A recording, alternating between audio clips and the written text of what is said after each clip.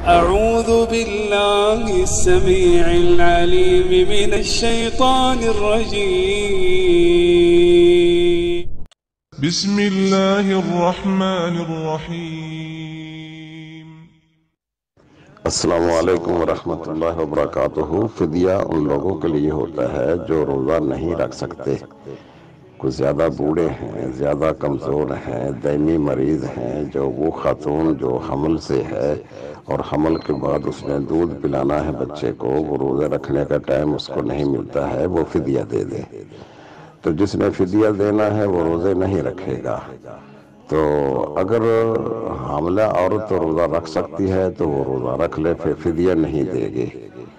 बेशक साल गुजर भी गया है तो फिर भी रोज़ा रख सकती है।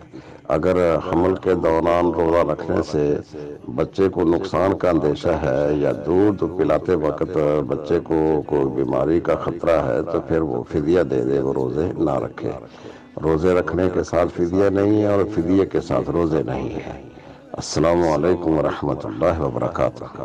अल्लाहुम्मा इन्नका अफ़ुव्वुन तुहिब्बुल अफ़्व फ़अफ़ु अन्ना। अल्लाहुम्मा इन्नका अफ़ुव्वुन तुहिब्बुल अफ़्व फ़अफ़ु अन्ना। इलाहना फ़अफ़ु अन्ना या करीम।